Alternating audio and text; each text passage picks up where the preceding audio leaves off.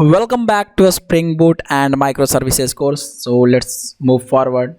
So in the last video I have discussed that introduction to Spring Boot. What is a Spring Boot and why we use it? Okay, what do the Spring Boot does with our project? So basically Spring Boot reduces the programmer's effort. Simple. It's so simple to understand that a Spring Boot gives us a starter files that I have already discussed, right? So let's move forward. So here just understand that what does the Spring Boot do? So a Spring Boot simply reduces the work of a programmer. Okay, so a Spring Boot, by the help of a Spring Boot we can do rapid application development. RAD means like a Spring Boot. Okay, here if I just write a Spring Boot makes the rapid application development. Okay, so here a Spring Boot makes the rapid application development. We understood. Now just suppose that how it is possible. Okay, so just suppose if you are creating any application with JDBC JSP servlets, you can create whatever application you want. Okay, you can write all the same things with the Spring Boot as well. But the thing is, when you write with the help of JDBC JSP servlets, it will take longer time than usual, and it will the code will go long. Okay, so in this case when you use a Spring Boot for developing that same application, all the programmer's effort will be reduced and all the code that you write will be very compressed. Okay, compressed means like you only have to write few lines of code, not too much lines of code. Okay, so just suppose I want to write a Spring Boot application. Okay, so if I want to write a Spring Boot application, so there are rules and guidelines comes into the picture. There are some few rules and guidelines which comes into the picture when you write any Spring Boot application. But one thing is sure, when you write any kind of a Spring Boot application, some files will be common for each and every application, and Spring Boot will give you 3 important files and setups. Okay, so Spring Boot will give you 3 important setup files. Okay, so any project, suppose you are writing any restaurant managing website, restaurant managing application, you are writing any hospital managing application, when you are writing any library management or whatever application you are writing, so in that case a Spring Boot setup files given by the Spring Boot will be 3 types. Okay, there are 3 common setup files that will come in every Spring Boot project. Okay, so let me just write here, a Spring Boot will give 3 common setup files in each project when you develop. So as we all know that a Spring Boot is a project. Simple, it's a project. So when you develop or when you try to write any application with the help of a Spring Boot, so you have to deal with these 3 setup files. That is a starter file. First of all, a starter file or a starter class, let me just write as a starter class. The same starter class is known as bootstrap class. Yes, bootstrap class. I will go one by one what is the work of it. Okay, it is also known as main class. Okay, now B, second one. So second one is input files. Input files means so you are writing the application with the help of a Spring Boot, and a Spring Boot internally uses one IOC container, right? A Spring container. So basically when you write a Spring MVC, a Spring data JP, whatever you are writing, when you are using any Spring framework to write your code, then simply a Spring internally uses one container that is known as a Spring container, right? So that Spring container required some input files. Okay, some configuration files. So that input files, that configuration can be written in the form of some XML or YML. Okay, and that is like your input file. But here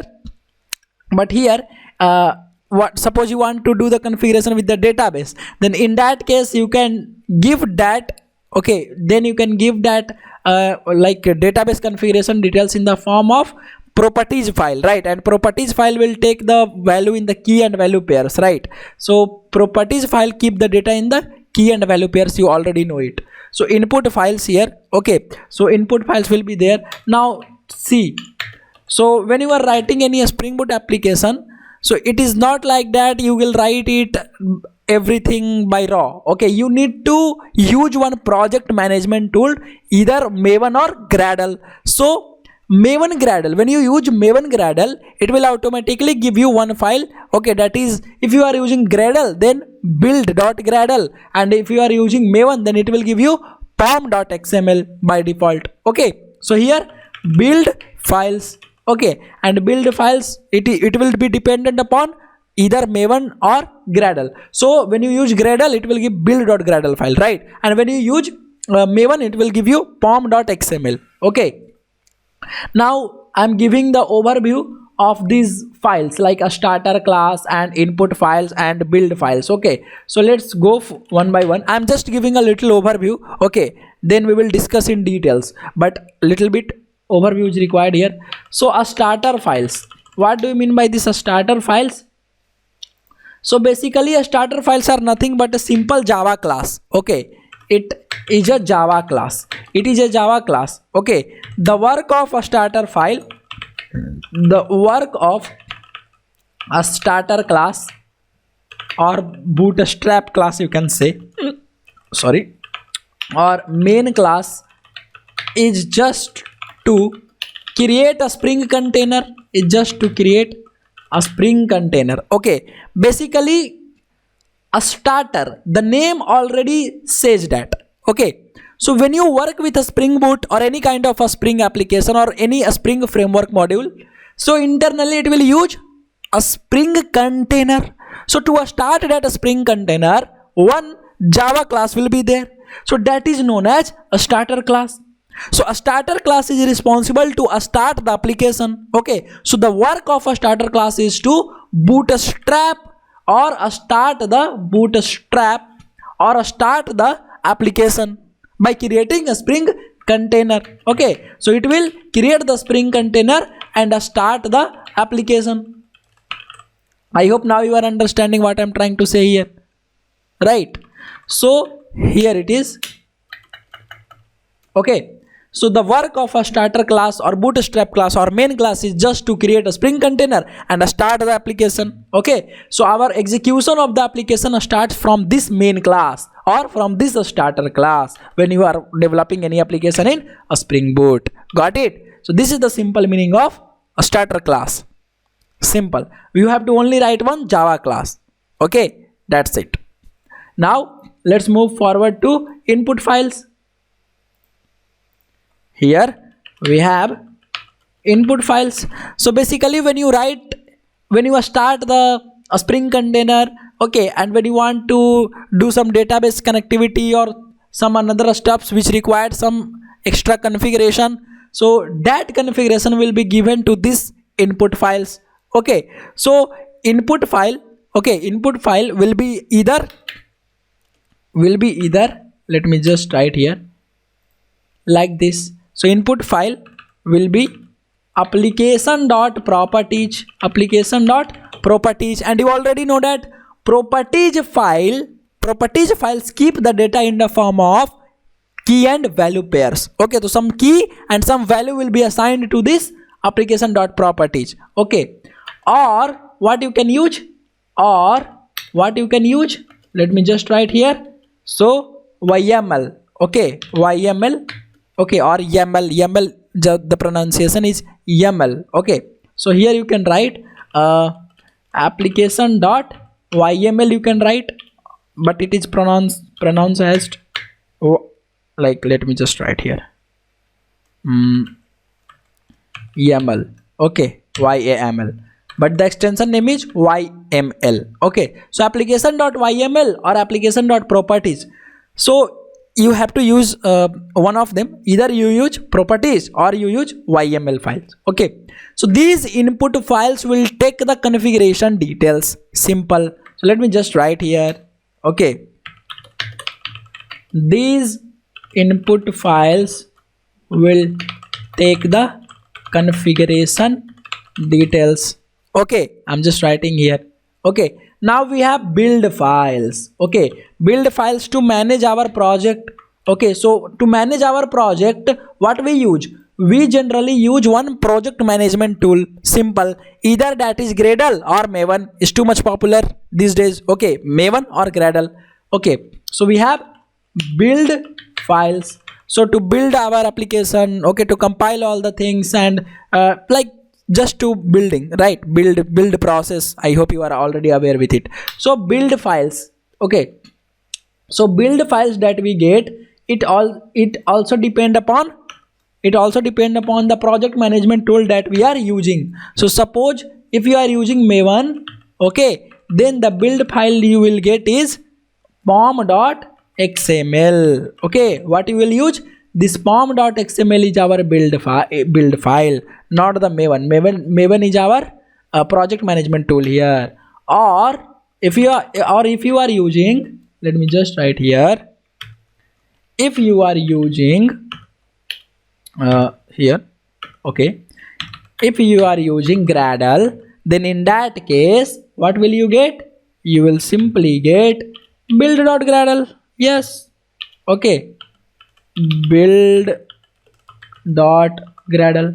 okay, so these build files will be there just to take care of our project. Okay, all the dependencies that we will inject into our project will be given in this pom.xml or build.gradle. It depends upon which project management tool we have chosen to build our application.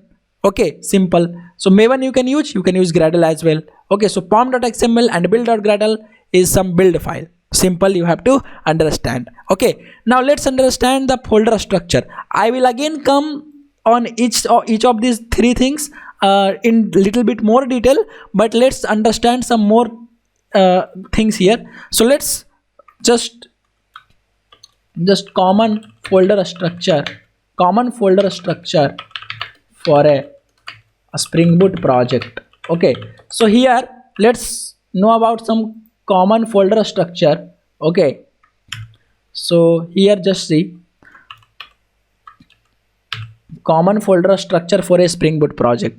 So suppose you have started writing one Spring Boot project. So as when you start, okay, writing the Spring Boot project, just suppose here you have written that. So how does the folder structure here? Let me just write a Spring Boot project.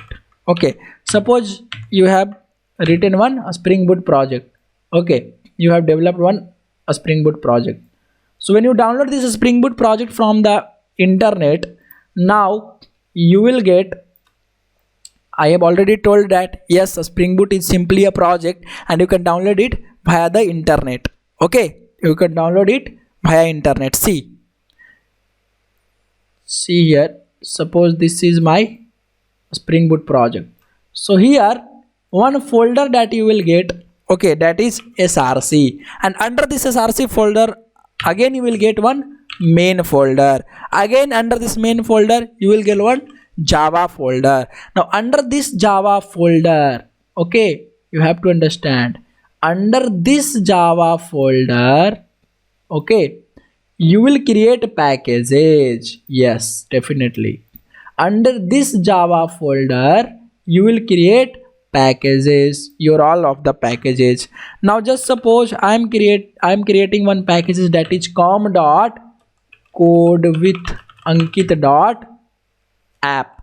okay, .app. Now this will contain one Java class, and that is simply my first starter class. Okay, so let's say app demo.java.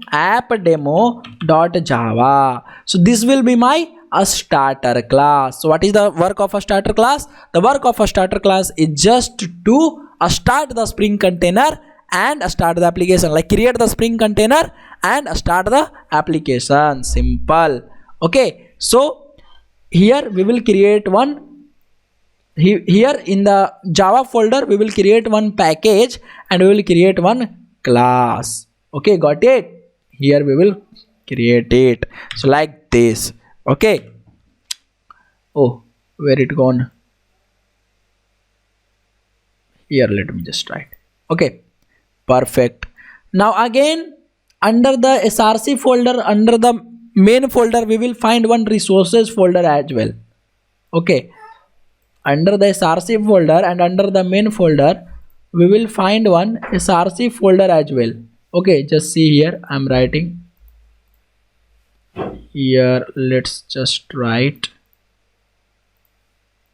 under the src folder, oh sorry, src folder. Oh, what's happening here guys? src folder. Okay, we will have main and then we will have resources folder. So this resources folder will contain, okay, this resources folder will contain all the resources that is required to develop or that is required while developing our Spring Boot project. Okay, simple, it is very simple to understand. Okay, so that's why the folder name is resources. Okay, what are the extra resources that our application needs or our project needs? Simple. So here let me just create this folder. Okay, and here this folder will have nothing. Okay, just simple things. Okay, here we will have application.properties. Okay, that input file will be kept here. Okay, input file application.properties or application.yml will be kept here. Okay, so here application.properties or application.yml. Okay, simple, it depends upon the programmer. Okay, yml here. Now you will directly get the build files as well here, directly get here, not in any another folder. You will directly get outside here inside the main folder of the project, which is a Spring Boot project. So here you will directly get, oh just a second, here the line button, line shape, perfect. So here you will get the build files, and build files, if you are using Maven, then in case of Maven you will get pom.xml, or you will get build.gradle. So this will be some common folder structure. Okay, now inside this Java you will develop more Java files or Java classes that you want to develop, right? Fine, and inside this resources folder you can keep other resources as well which is required to develop our project. Simple, it's so simple to understand. Okay, so understand here. Okay, so pom.xml or build.gradle you will find that. Okay, simple. So here you will directly get the pom.xml or build.gradle here, not inside any other folder. Fine. So Spring Boot project, okay, here is the common folder structure for it. So app demo.java, this will be our starter class, this will be our input file, and this will be our build.gradle or pom.xml, this will be our build files. Simple. So I hope you have understood what is the meaning of starter files, input files, build files. Okay, now we will discuss more in details in each things like starter files, input files and build files later in the next video. Okay, so thank you for watching. Till then, bye, take care. Okay, so yeah, we will meet in the next video. Bye, thank you.